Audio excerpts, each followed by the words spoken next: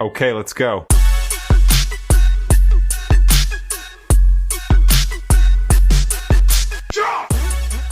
Hello there, Chick Chat. We are back with Teen Mom episode 13, and we're a little bit behind on filming and editing these things because Brooke is now married.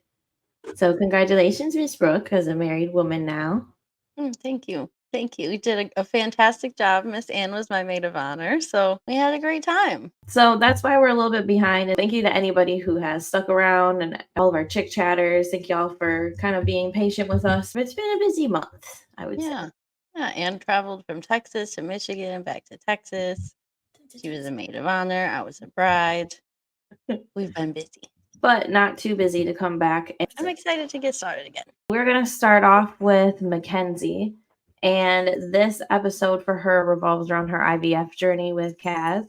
They are going to all these doctors, talking about all these numbers and things and levels. You probably are better at this one. Yeah, I don't know nothing about nothing, actually.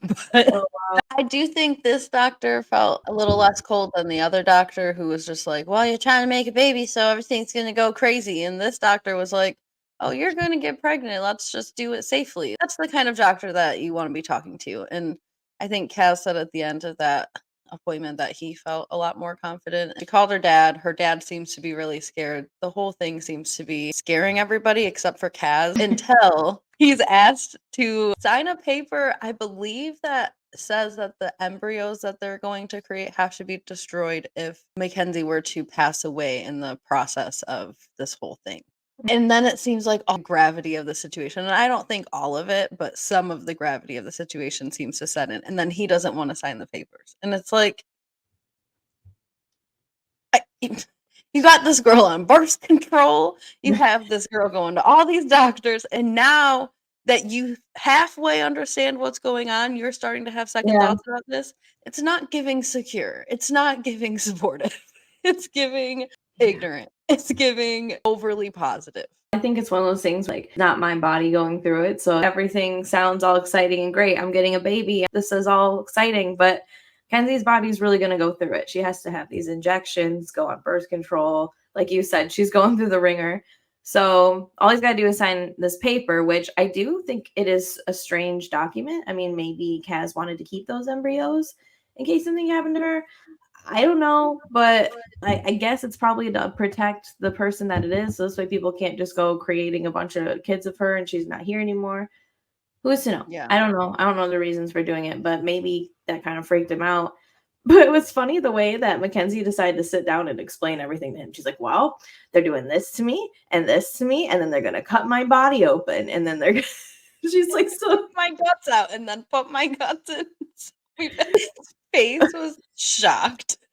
It's like, sir, what did you think is going to happen? That a stork is going to come drop off a child for the two of you? I don't think it's required that you have to sign that whole embryo disposal situation, but Kaz wants a child, and there's a likelihood, and in fact, a good risk going on here with Mackenzie, and I would not want this man being like, well, I have some embryos, let me just put them in the next lady. I don't think he's that irresponsible, but I think he might consider it, and I would not want that for my embryos. Yeah, maybe he just also didn't know what he was signing because it seems like Kaz is just so excited for the baby part of it that he's not thinking about all the stuff that goes into it because it's not really him that's having to do all that. He just gets to be supportive. Yeah, he thinks the stork is going to come drop this baby off.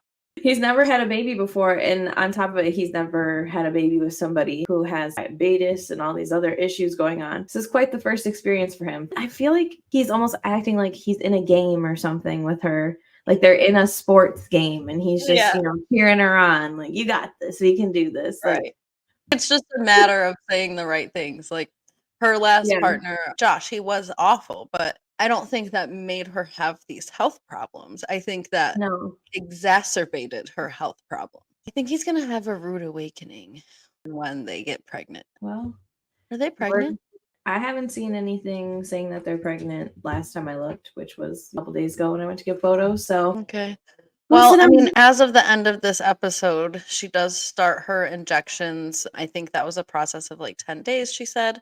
And then they did go in and do an egg retrieval, that little video where they said they're making a baby. I thought that that was really cute if they were dancing or whatever. I guess she got 15 eggs, and out of that, they froze 4 embryos. So the plan is to freeze those until her A1C can come down to, I think, 6.5. And usually she's a couple points higher than that. So I think they're going to put her on some kind of Ozempic or metformin. It sounded like that was the treatment plan. So we'll see. I don't know. I thought it was funny when she took that birth control pill, how they made a whole scene of it. And she's like, okay, I'm going to take it. This one pill. Just starting the first, she's like, this one pill affects my entire body. And I was like, yeah, I guess you're right. But melodramatic. It is. I think some of it's a mind over matter thing. Maybe Kaz is rubbing off on me or something. But I mean, if you're taking a pill and you're like, this is going to ruin my life, then I feel like you're going to trick yourself into feeling like your life has been ruined.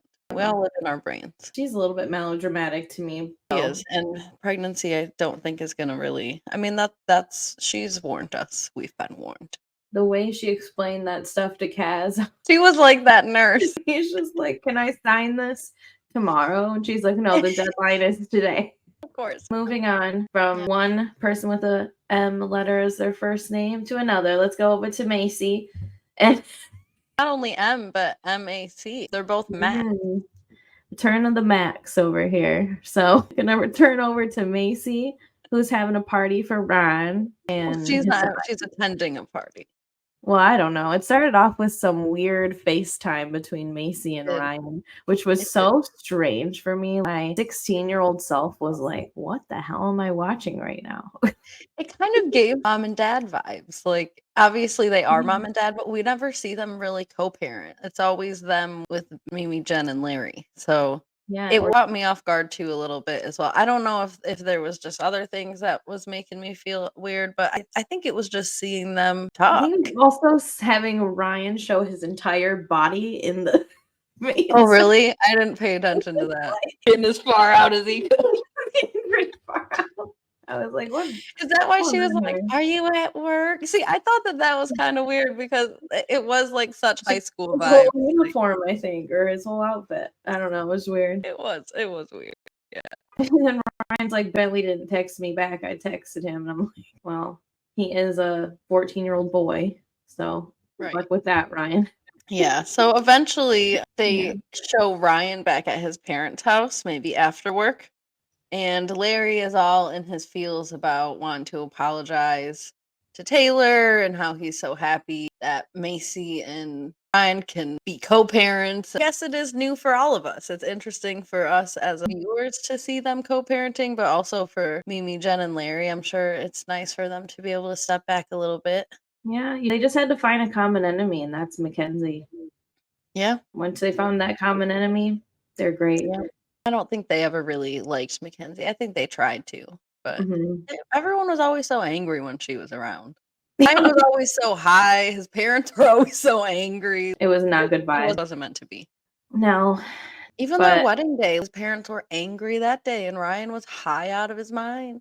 Well, that's part of why they were angry, I think. Yeah, but that's the thing.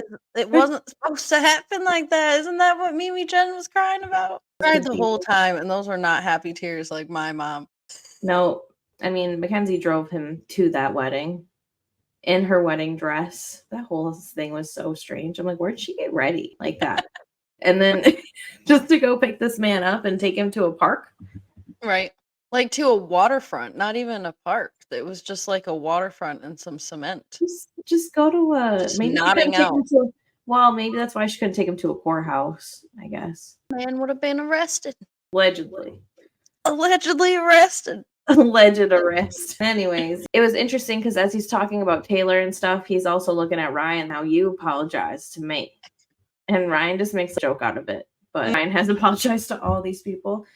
But what was interesting was when they were talking about Taylor and how great of a dad Taylor is and how amazing it is that Taylor's been by Macy's side and stuff. When they show all these flashbacks, it's all Taylor yelling at Larry. Yeah, because I think Taylor was so nice for so long, and then he had to just turn on them in order to show them this is not okay. Because Jen and Larry were so bad for so long, just They were enabling that enabling man. the absolute F out of Ryan. It was just too much. I think somebody that was sort of on the outside but also involved enough to know something needed to whip them into shape. I mean, I don't think it was the nicest way to go about it, but I don't think it would have got through to Larry in any other way. Well, I guess it all started off with a tweet from Taylor who said something about Ryan. I don't know. I don't remember what it was. I guess Ryan decided to call up and threaten, and then it kind of just snowballed from there. This was when Ryan was well into his problems, his own kind of box. Too damn many nuts. So much nuts in this series. Anyway, they have their little party for Ryan, and everybody's there, including Taylor. And as you can tell, this whole thing was being set up just for this apology. Even Taylor and Macy's weird conversation before this was geared towards this whole thing. I was like, wow, y'all really all planned this little storyline. Yeah, like, was this a produced apology, or did Larry actually want to do this? I mean, it sounded genuine. Larry took Taylor off to the side, and it did sound pretty genuine. I think half of it was cut off, though, because all it sounded like Taylor was saying back was, yep, yep, yep. Thank you, sir. I noticed there was a lot of voiceovers in this episode. I'm not going to get into all of them, but yeah, I noticed that there was a lot of times where I'm like, can I even trust that this storyline is going where they're trying to tell me that it's going? I mean, that's part of the show as well. They're telling us a story, and that's what we're here to review. But I just feel like sometimes it's so blatantly obvious when they're bridging some kind of story. Like the audio is completely off. They're talking in a higher pitch. Like, I know I watch a lot of reality TV, so I can spot it better, but it's just really annoying on this show. They still do it in like Love is Blind and stuff like that, but it's bad. Yeah. It's his family and Macy and the kids. Macy and the kids and Jen and Larry and Ryan, his girlfriend, and Bentley. It's good that they can finally do this for Bentley right before he turns 18, I guess. Only took that long enough for him to be able to drive away if it goes bad. Yep. Which, hey, that might be a good thing. Hey, I'm just glad these people get along, and it seems like Ryan's sober. It does seem like Ryan's sober. Apparently, he's been sober for a year. That's why we're having this cookout. So I think he was having a beer. I know sobriety is different for everyone, especially people who use hard drugs like that. So I'm not going to judge that. But I did think it was really funny when Macy's daughter, Jade, was like, why is there one on the cake? And Jen, like, because Ryan has 1 year of being good. These kids are going to be like, where's my 4-year cake? I've been good for a few years now. Hopefully you kids never need that cake. Right. But moving on from Macy, we're going to go to Amber, who we've been dealing with a lot these past couple episodes. It seems like we're going to end out strong with this bit. So we are going to, I guess, this dinner that was planned the episode before with Macy and all that. That was Macy enforced. So it looks like they're having dinner with Gary, Christina, Amber.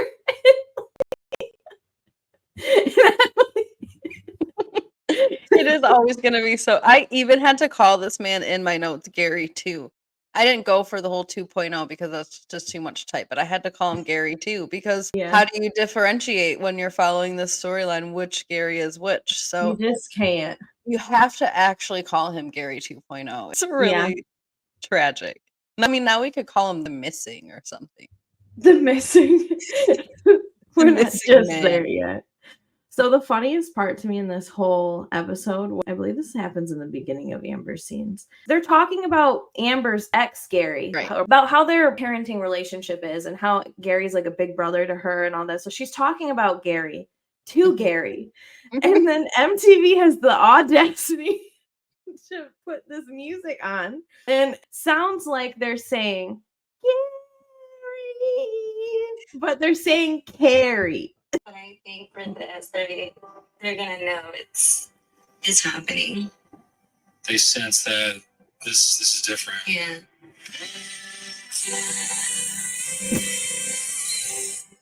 You know, I have been like magical, like some kind of angel. It's the only words in that whole song that they sing.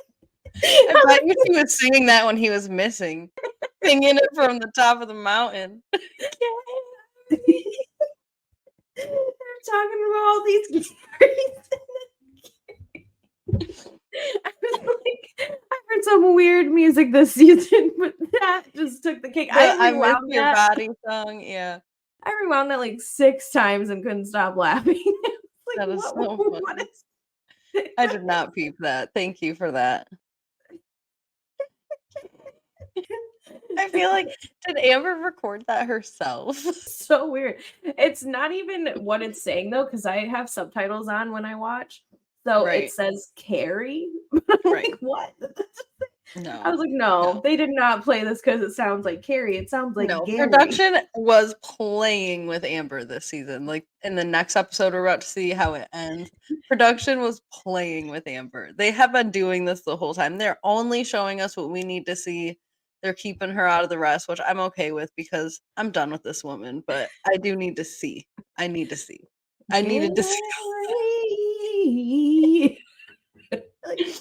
And then that whole way on the dinner, when she's talking about both Garys, she also acknowledges that she's been engaged 6 times. So she's scared to tell her 13-year-old daughter, it's Well- been 2 years now, so I'm engaged again. Is it 6 times or is it 6 different people? Because I think 6 times. I think Gary number 1 had at least 3 of those times. 2 or 3. Yeah. And so did Matt had 2 or 3. And then I don't even think she was engaged to Andrew. I think they were just together. Who knows? I don't know what is it about Amber that makes men want to get engaged. Just married. 2 of them, really. 3. And this would actually be the first time, according to Amber. But And every time she's like, I'll actually marry you. Like, so are you saying you said yes to these men all those times and you were just like, I'm gonna have to break it to them gently in the back of your head? Or well, we did watch a real awkward one between her and Gary on that beach that one time. I don't know if that even counts, but he tried. I mean, she foiled took that. it. She said yeah, or whatever. Well, eventually his knees started hurting him. He's like, I can't do this. Get up. I'm not gonna argue with you down here. That was one of my favorites. Well, there was one where he proposed on the porch swing at the B&B when she was pregnant, I think. Yeah. That was a classic. I think that That was was the first engagement and Amber's first engagement. with the Walmart ring, I believe. Yes. Yes. And it was pink, I think. It was a pink Walmart ring. Mm-hmm. Pink cubic zirconium. And Yes, then gorge. the rarest of cuts. And then I think he got another Walmart ring for the one on the beach. Yeah, and they always do Gary dirty and show the price. They do. They always do. It's dirty. never more than $40. And I believe when he got down on his knees, they also did him dirty by showing him from the back. Because if I remember right, he had like plumber's crack half that time. He always Like, carry along. it just has a flap, like his sides. It just has a back, you know. He doesn't have like the hips. They're just Yeah. it's hard for his Either. pants to sit. From one Gary to another. Yeah. So this episode is basically about Amber telling Leah that she's gonna be marrying this other Gary, that she's actually gonna do it this time. She And didn't say that to her own child though, just to the man she's gonna marry. well, because she's probably already said that to them before. Probably. So she knows she can't be saying that. That's so true. You're totally right.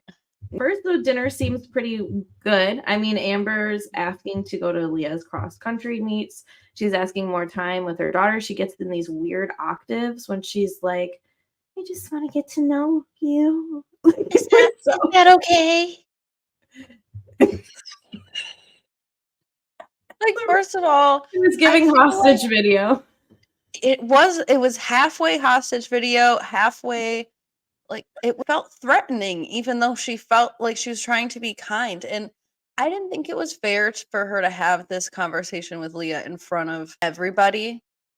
I do think she needs to have a conversation with Leah and be that direct. I thought it was insane that in the confessional she told us all, yeah, I've never been that direct with Leah and just told her I want to be in her life. You've never told your child who you don't live with, who you went to jail on, who you stopped talking to, who all these things happened, that you want to be in her life. And you wonder why this girl doesn't text you every morning when she wakes up. Yeah. And when you do it in front of cameras. Or a new man that you're trying to impress. Yep. She's old enough now to understand that you have been around cultivating this relationship, as Christina said, with this other man and not with your own child for the last 7 months. And yet you're just going to pop in and be like, oh, well, I know what the boundaries are and what's expected of me. I know consistency is important. Then where is the consistency? We get along just fine. It's We're like, on the same page. I think we're on the same page. What planet do you live on? who are on the same page still have to talk about that page that they're on. Yeah, that's how you maintain the same page. Yep. That's what Gary is trying to get across, because Leah doesn't seem very responsive to Amber's questions about, can I come to cross country? Can I be involved? All the Mhm. different octaves are not working. Leah is not really responding at all. So Gary steps in and he says, well, I think consistency is important and you and I have to have some kind of substantial conversation. Yeah. Which I think he was trying to portray the right thing, that there's a bigger boundary here than there used to be. You can't just hop back in. It's been 7 months.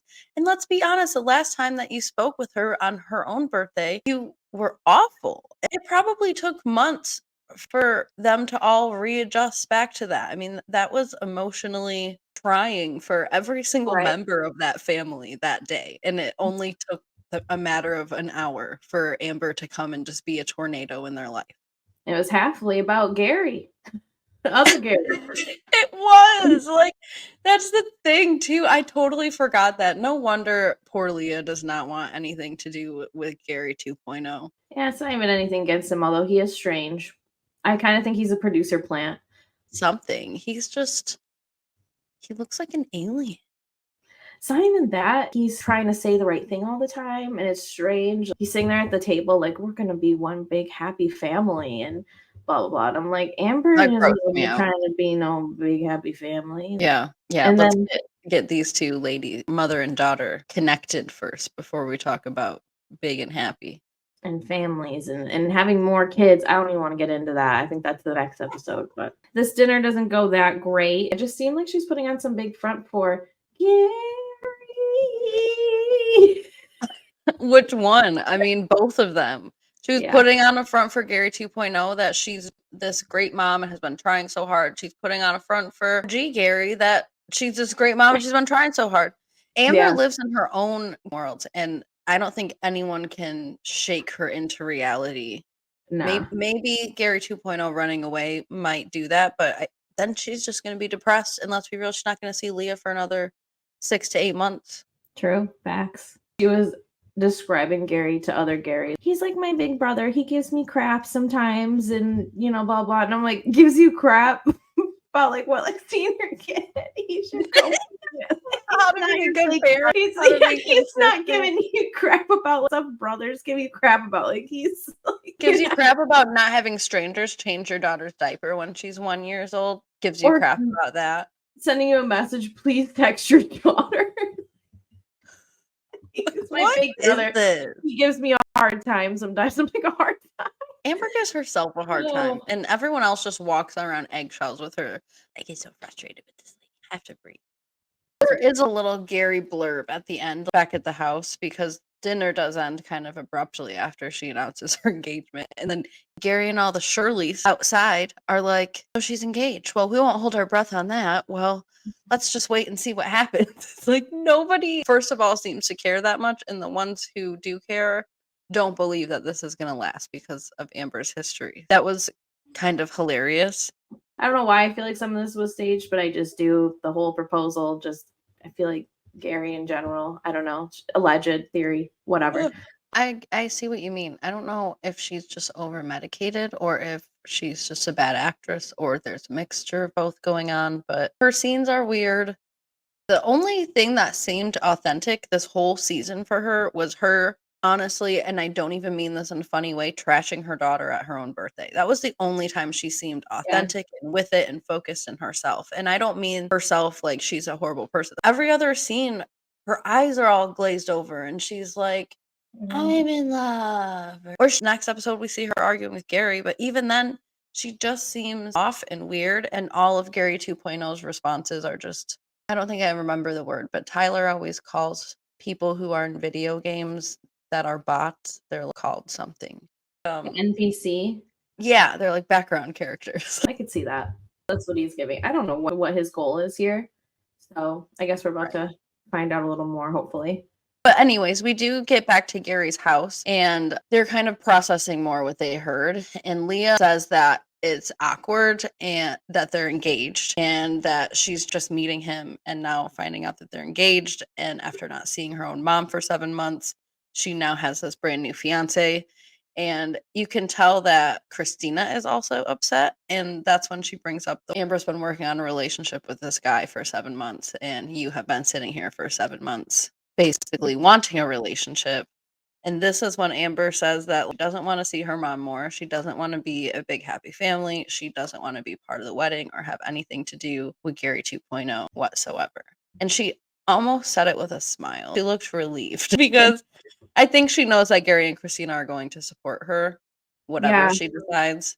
But it did just make Gary's life a little more difficult. Finally, these people are going to just let me decide if I want to see this woman or not instead of pushing her on me all the time. Exactly. Yeah, the fact that Amber thought it was appropriate to tell Leah about this engagement pretty much the day after she didn't feel it was appropriate to tell her is very interesting. I know that the purpose was for them to meet and celebrate Amber's birthday and whatever, but I also agree. What is the difference? I think they still are meeting. We're still in the meeting phase. Just because Amber's relationships move very quickly does not mean that Leah's relationships move that quickly. If you leave it up to Amber, that does mean that. Because remember, according to her, if she was that age is when it all started. So, Mother of the Year. From one Mother of the Year to somebody who's actually doing a decent job. Let's go over to Jade. Jade is moving. She's got Sean bossing up. Sean's got some extra job. I don't think it's home inspecting, but he's still doing his home inspecting classes. Sean is really thinking. Jade could be future Leah. I hope she doesn't have kids young, but Jade's mom is unreliable and crazy and emotionally. And they all live in Indiana. Yeah, they all live in Indiana anyways, but yeah, that just dawned on me. I saw the future. You had one of those That's So Raven moments, though. I did. Speaking of Jade's mom, she's getting out of jail, and Jade's going to be picking her up. Sean's going to be working. They're also trying to figure out how to slip a baby into their new lives. They're hoping that they can get Jade's mom and dad to babysit all the time, and they're hoping that they stay sober for that. Her dad is looking like he's on a promising path. That's for sure. Yeah, her dad's doing good. He looks good too. He looks real different. He used to look so just grungy. Like the man just looked permanently dirty, and he was always in the back of a car somewhere. Like, oh, he just looked like a monster. Now he's out in a clean house, clean shaven. He showers every day. Takes drug tests on demand. Yep, I was just gonna say, if his daughter calls him for a drug test, he's right there. Yep, he's like, I got some pee. He's like, I'll be there in 15 minutes. What do you mean he lives there? He just got to come downstairs. It took him 15 minutes to come downstairs. He has been living there while Jade's mom has been in jail because they were about to get an apartment, and then all that fell through when her mom went to jail.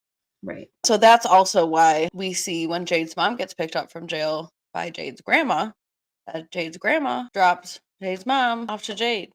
And I feel like this is working in the opposite direction of traditional generations. You know, like kind of the older people traditionally take care of the younger people and so on, even if it's grandma or great grandma or whatever. But we have a backwards way going on.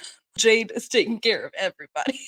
Jade, this is your problem. Here's your mama. I got her a big gulp, so she should be contained for the next 30 minutes. He walks into Jade's house like big gulp in front of her face, like, hello. It's like lighting the way. Yes. So they put Jade's mom on the couch, I believe, to sleep. Yep. I don't know where they have her big husband. And a support dog. Oh, well, I don't know if he was even there to greet her in the morning, because when they were talking about her coming home, her dad was in the kitchen. He's like, I'm just focused on going to bed and going to work in the morning.